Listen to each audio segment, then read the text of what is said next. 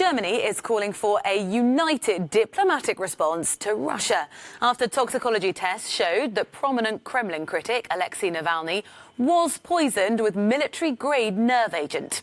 Navalny is still in a coma at a Berlin hospital, but his doctors say his condition is improving. Chancellor Angela Merkel has said the attack was aimed at the fundamental values and rights for which we stand. Lucia Riera reports. Western leaders have asked Russia for answers after Germany confirmed Alexei Navalny was poisoned with Novichok, the same nerve agent that was used against former Russian spy Sergei Skripal. Vladimir Putin's opponent was a victim of attempted murder, in words of Angela Merkel. The German Chancellor has informed her partners in the European Union and NATO about the test results in order to work on an appropriate joint reaction. They all condemn the use of a military-grade nerve agent, and Brussels has urged Russia to conduct a full and transparent investigation. Navalny was transferred to Berlin after falling ill on a flight in Siberia last month and remains in a coma. His team assures he was poisoned on Vladimir Putin's orders. The first minute I heard of what happened to Alexei Navalny, I had absolutely no doubt that this was a deliberate, politically motivated attack against someone who today is the most effective, the most prominent, frankly, the most dangerous political opponent of the Putin regime. The Kremlin has dismissed the allegations. Foreign Ministry spokeswoman Maria Zarakova complained they were not backed up by evidence. So far, the Russian side hasn't received any material on this issue, nor on the requests from the prosecutor's office that were sent earlier, nor on the requests from Russian doctors, or the statement made by the German side today. Zero. Nothing.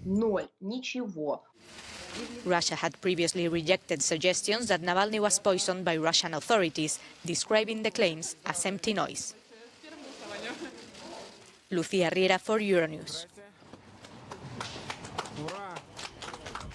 Dr. Samuel Green is director of the Russia Institute at King's College London.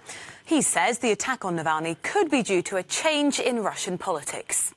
Putin earlier this year, shepherded through a constitutional referendum that saw his ability to remain in power extended as far as 2036. But what that showed was that the enthusiasm for him among the Russian population is weakening. We've seen protests around the country, particularly in the Far East, but a lot of solidarity with that around the country. And we've seen preparations for regional elections, likely in September, and then parliamentary elections at some point after that, really show up the weakness of the ruling party when it comes to public opinion.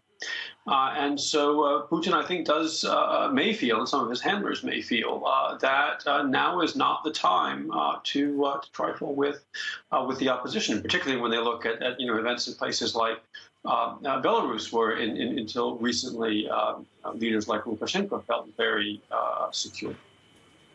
Why use Novichok? One of Navalny's allies had said that it's almost the autograph of the Russians. It's so deeply associated with them. Do you think that was oversight, or was it a very deliberate move to use that specific nerve agent?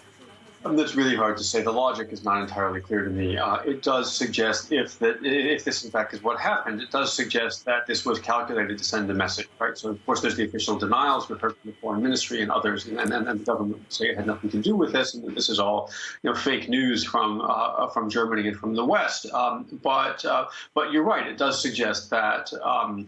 That the Russian state would have a clearer link to this, which I think would, possibly be calculated to send a message to the rest of the opposition that the Kremlin is not playing games. When we hear Novichok, our minds think to, of course, the Skripal poisoning in Salisbury in Britain. And there was a very strong international condemnation of Russia at that point. Many Russian diplomats were expelled from countries, not just in the EU, but outside as well. Of course, that was a poisoning that happened on British soil. That wasn't what happened with Navalny. He's now in Germany. But do you think there'll be a similar sort of international reaction? What might this do in terms of disrupting Russia's relationship with the West?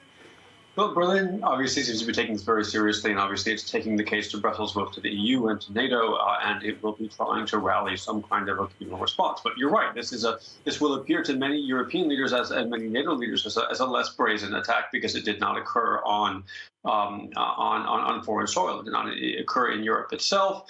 So it raises the question, really, of the extent to which Europe is happy to maintain, more or less normal relations, or the current state of relations with Moscow, if Moscow is going to handle its internal politics this way. Right? Moscow has maintained the position and the facade of maybe an imperfect, but still a democracy, right? And democracies don't poison leading opposition politicians, and so this raises really the question to the extent to which Europe wants its policies and its foreign policies to be based on value. Well, let's go to Moscow to find out more and speak to our correspondent Galina Polinskaya. Galina, morning to you. We've just heard a little bit there about some of the international condemnation, but how is this playing out in Russia? Could it be that this move from the Kremlin actually backfires and strengthens the opposition? Morning, Rosie. Well, actually, official Russia calls all the conclusions coming from Germany an information campaign against Russia. The Kremlin insists that no toxic substances have been found while Navalny was in the Russian hospital. It insists that all the tests have been done and nothing was found there. So that is the first argument. The second argument is that Russia has not received any proofs from Germany. And the Russian Foreign Ministry spokeswoman Maria Zakharova insisted that the Russian ambassador to Germany specifically asked for any proofs but was not provided with any. Politicians in the parliament urge not to politicize the state of health of Alexei Navalny. So actually what Russia is saying is that it will not provide any explanations, that it needs explanations itself. And actually, Rosie, what we see here is exactly the same kind of answers as we heard when Skripals were poisoned in the UK. Exactly the same logics, and I'm afraid that we will not hear something radically new. And of course, it really provokes anger of the opposition, of those who support Alexei Navalny. They say that those answers of the Kremlin exactly show that the Kremlin is behind this poisoning. But this question whether it could backfire is a very good one, because you see Navalny is in coma right now, and he is actually the only opposition figure who is known across the whole country. And the question whether the opposition could reunite without him here being in Russia. Galina, thank you very much for the analysis from the ground in Moscow.